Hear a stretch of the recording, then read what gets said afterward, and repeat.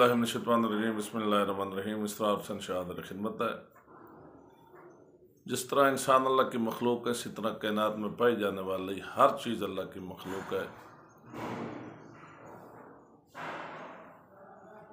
आज एक सवाल ये आया है कि किन चीज़ों को मारना जायज़ है। तो 5 चीज़ें ऐसी हैं जिनको मारना जायज़ भी है और उनका मारना सवाब भी है। उनमें से पहली चीज़ है कौवा, दूसरा छपकली, तीसरा सांप, चौथी चीज़ बिच्छू, पांचवा बावला कुत्ता या जिसे हम पंजाबी में हल्का कुत्ता भी कहते हैं। मासूमीन अलैहिस्सलाम फरमाते हैं कि जो बंदा सांप को मारता है ऐसा समझे कि उसने काफिर को मारा है, क्योंकि इन चीज़ों को मारना हर बंदे के बस का रोग नहीं है। इन चीज़ों के मारने की वजह से अल्लाह की मखलूक में सुकून आ जाता है।